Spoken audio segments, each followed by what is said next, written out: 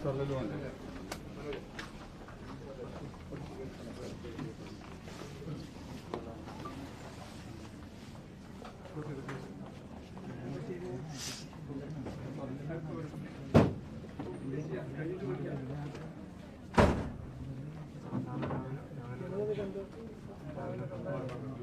രാവിലെ അവിടെ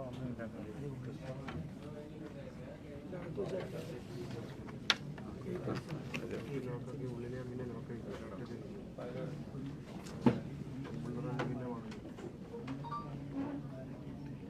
ഞാൻ അഥവാ അവരെടുത്ത് മോനെ കൊണ്ട്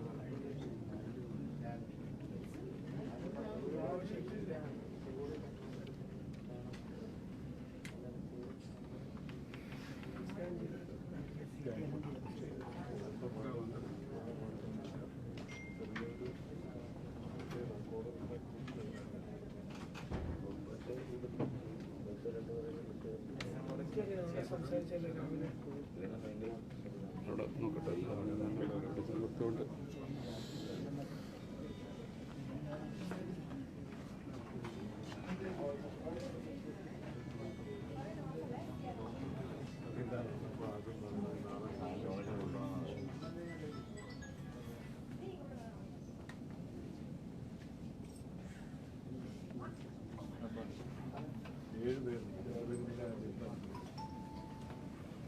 ഇങ്ങനെ പറ്റുന്ന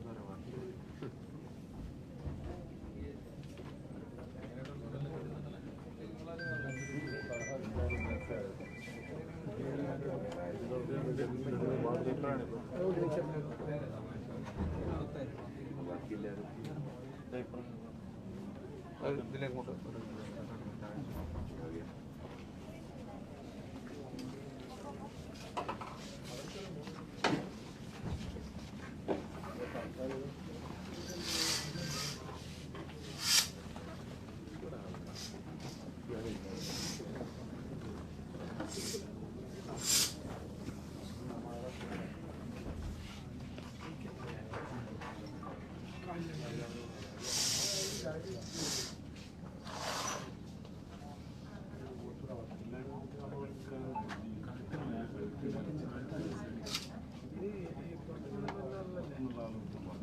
ഐടിയും പോളിയുണ്ട് രണ്ടും അടുത്തടുത്ത് സ്ഥലത്തുള്ള രണ്ട് ക്യാമ്പസിലും ഇങ്ങനെ ഓഫീസിൽ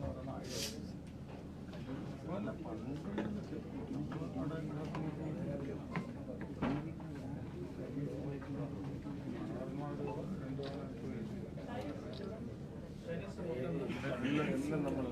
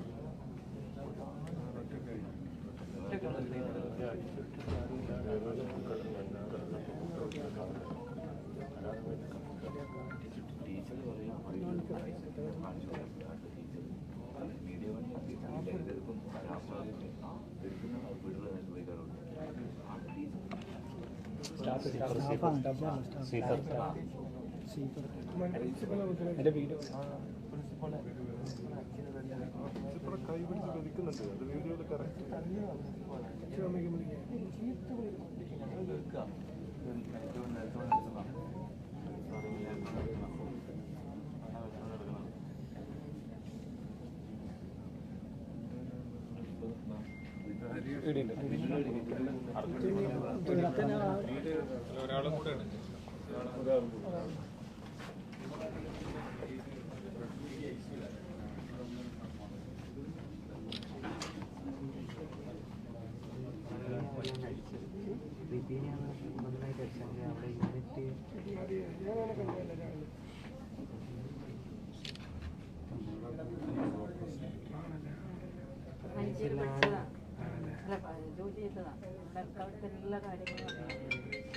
അധ്യാപകർ ഉൾപ്പെടെ എന്നിട്ട് ലാസ്റ്റ് മീഡിയാസ് എടുക്കുന്ന സമയത്താണ് അവിടെ ജീവനക്കാർ വന്നിട്ട് അത് നടന്നത്.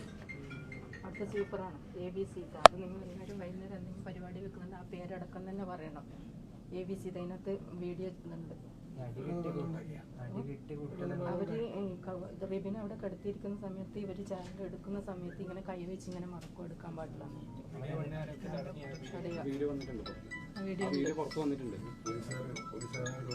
അവരെ പേര് പറയണം, അവരെ പേര് തന്നെ പറഞ്ഞിട്ട് ചെയ്യണം.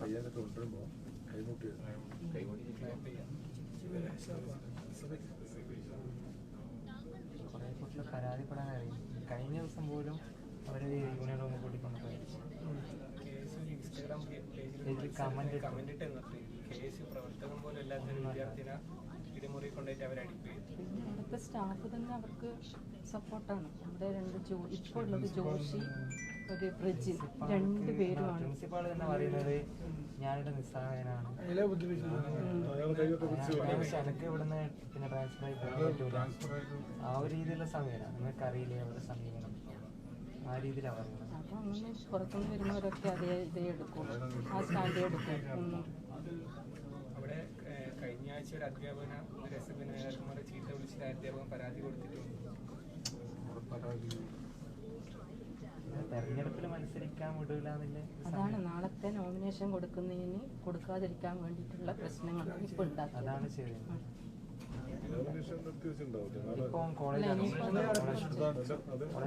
മാത്രമല്ല അത് ഏതെങ്കിലും ഒരു ITL പ്രശ്നം നടന്നിട്ടുണ്ടെങ്കിൽ അത് നടക്കൂല. അതിനാണ് ചെയ്തത്. നടക്കൂല, ജയിക്കും. അതാണ്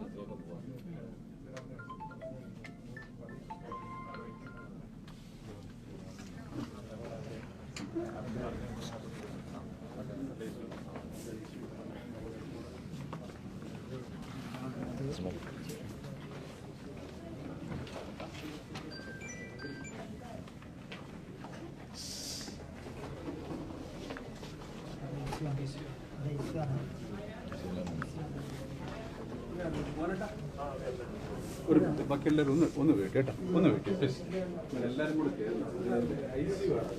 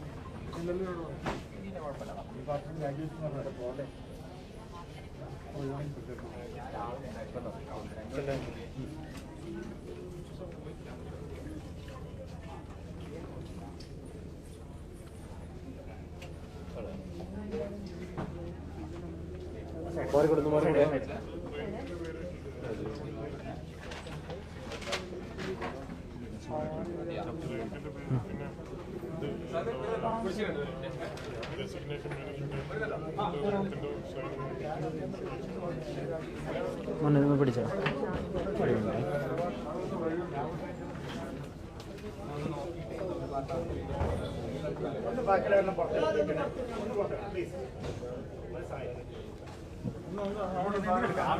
അങ്ങനല്ലേ വരുന്നേ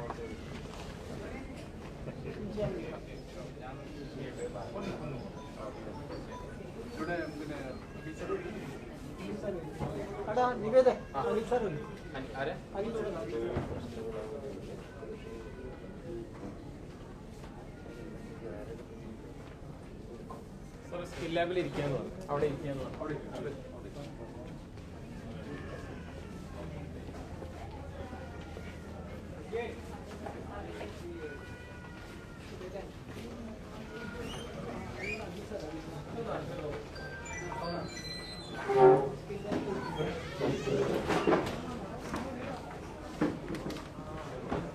ഒരു മിനിറ്റ് സമസ്ത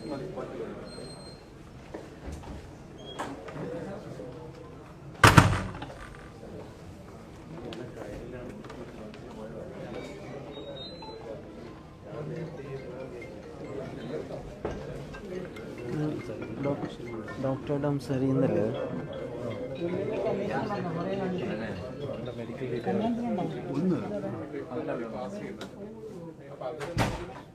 പിന്നെ പ്രശ്നം വരാനുള്ള ഒരു സാധ്യത മാത്രമേ ഇതിനകത്ത് ഒരു കോംപ്ലിക്കേഷൻ ഉള്ളൂ. അതർവൈസ് അതിന് സർജിക്കലായിട്ടൊന്നും ചെയ്യേണ്ട ആവശ്യമില്ല. കൺസേണിങ് അതൊന്ന് ഒബ്സർവ് ചെയ്യണം. അതെ അതെ, തൽക്കാലം അത് നമുക്കൊന്ന് രക്തനാടിന്റെ ഫ്ലോവും കൂടെ നോക്കാനുണ്ട്. അപ്പൊ അതുവരെ പിന്നെ ഈ നമ്മുടെ സർവൈക്കൽ കോളർ വെച്ചിട്ടുണ്ട്, അതൊന്ന് സ്റ്റെബിലൈസ് ചെയ്യാൻ വേണ്ടി വെച്ചതേ. ബാക്കിയുള്ളവർക്ക് ഇപ്പം ചെയ്യാം, നമ്മൾ നോക്കിയെടുത്തോളം വേറെ ബുദ്ധിമുട്ടൊന്നും കണ്ടിട്ടില്ല. അതില് പിന്നെ ഇവിടെ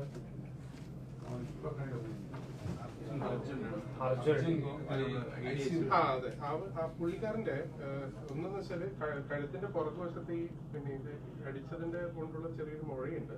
പക്ഷെ അതിനെക്കൊണ്ട് ആൾക്ക് വേറെ ബുദ്ധിമുട്ടൊന്നുമില്ല. സ്കാൻ ചെയ്തതിന്റെ അകത്ത് ഉള്ളിലേക്ക് ഉള്ള ഒന്നും കാണുന്നില്ല. പക്ഷെ അതിന് ഹാർട്ട് റേറ്റ് കുറച്ച് കൂടുതലാണ്. അതുകൊണ്ടാണ് കുറച്ചും അവിടെ ഒബ്സർവേഷൻ വെച്ചിരിക്കുന്നത്. അതല്ല, പേരതല്ല.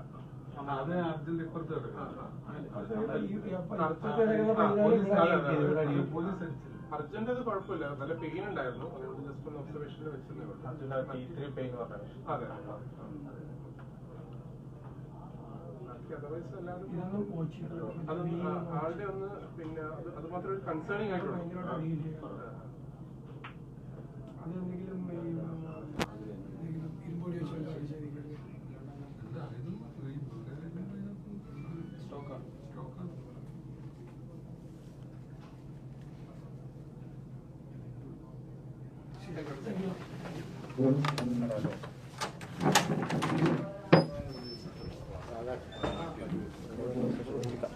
ഇനി മറ്റേ ഇതൊന്നും റെഡിയാക്കി നമുക്ക് നോക്കാം.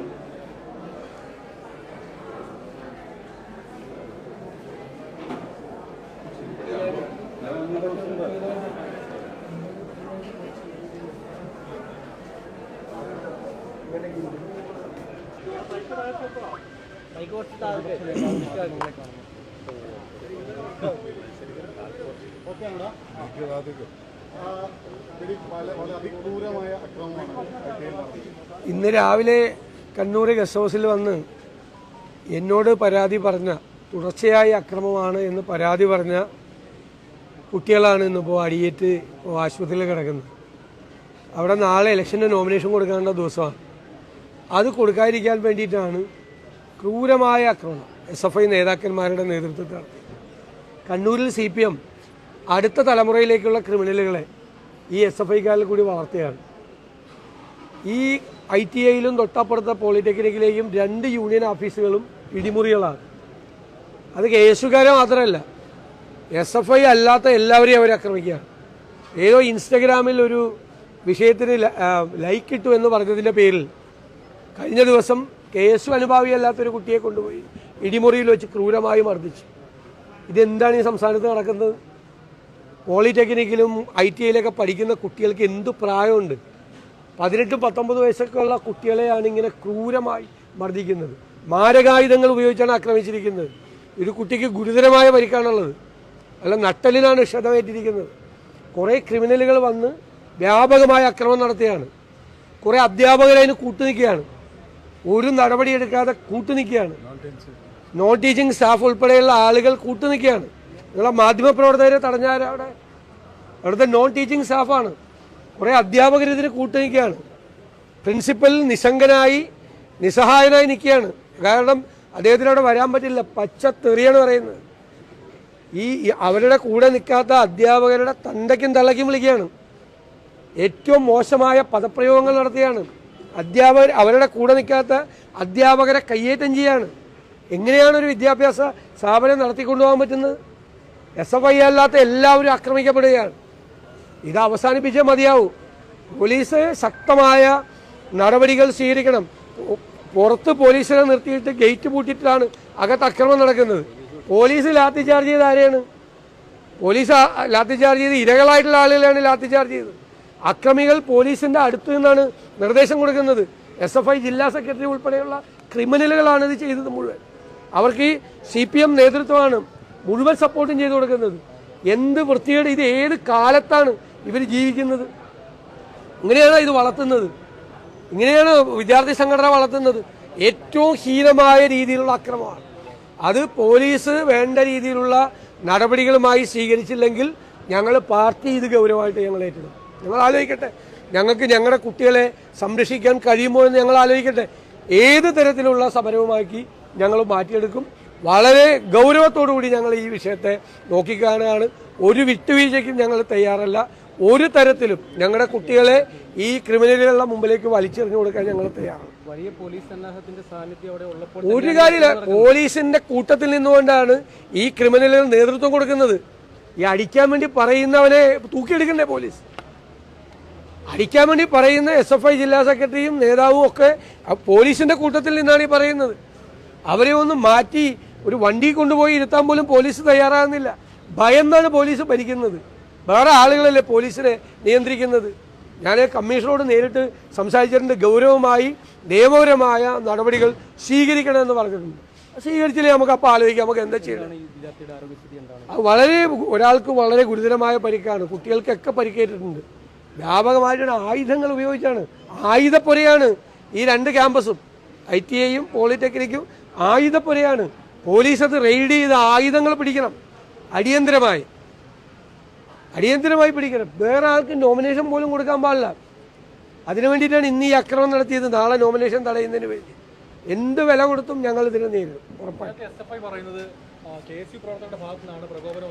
നിങ്ങൾക്ക് എല്ലാവർക്കും അറിയാലോ, അവിടെ ASU പ്രവർത്തകരുടെ ഭാഗത്ത് നിന്ന് ഒരു പ്രകോപനം ഉണ്ടാവില്ലെന്ന് നിങ്ങൾക്ക് തന്നെ നന്നായിട്ട് അറിയാമല്ലോ. അവിടെ അങ്ങനെ ITIയിലും പോളിയിലും അതുണ്ടാവില്ലെന്ന് കണ്ണൂർ പത്രപ്രവർത്തനം നടത്തുന്ന നിങ്ങളോട് ഞാൻ പറയണം. അവരാ പറയുന്നത് പച്ചക്കള്ളാണെന്ന് നിങ്ങൾക്ക് തന്നെ അറിയാമല്ലോ. അവിടെ എന്താ നടക്കുന്നതെന്ന് ഞാൻ പറയില്ല. അവിടെ KSU ആകണമെന്നില്ലെന്ന്. നിഷ്പക്ഷനായിട്ട് ആ ക്യാമ്പസിൽ പഠിക്കാൻ പറ്റില്ല. അവർ കൊണ്ടേ അടിക്കുക, അതിൻ്റെ അകത്ത് കൊണ്ടേ അടിക്കും. നിഷ്പക്ഷനായ ആ സ്ഥിതിയാണ്. അതുപോലെ കേരളത്തിൽ ഒരു ക്യാമ്പസിലും കാണാത്ത തരത്തിലുള്ള ക്രൂരതയാണ്. നമുക്ക് നോക്കാം, ഞങ്ങളുടെ കുട്ടികളെ സംരക്ഷിക്കാൻ നമുക്ക് പറ്റുമെന്ന് ഞങ്ങൾ നോക്കട്ടെ.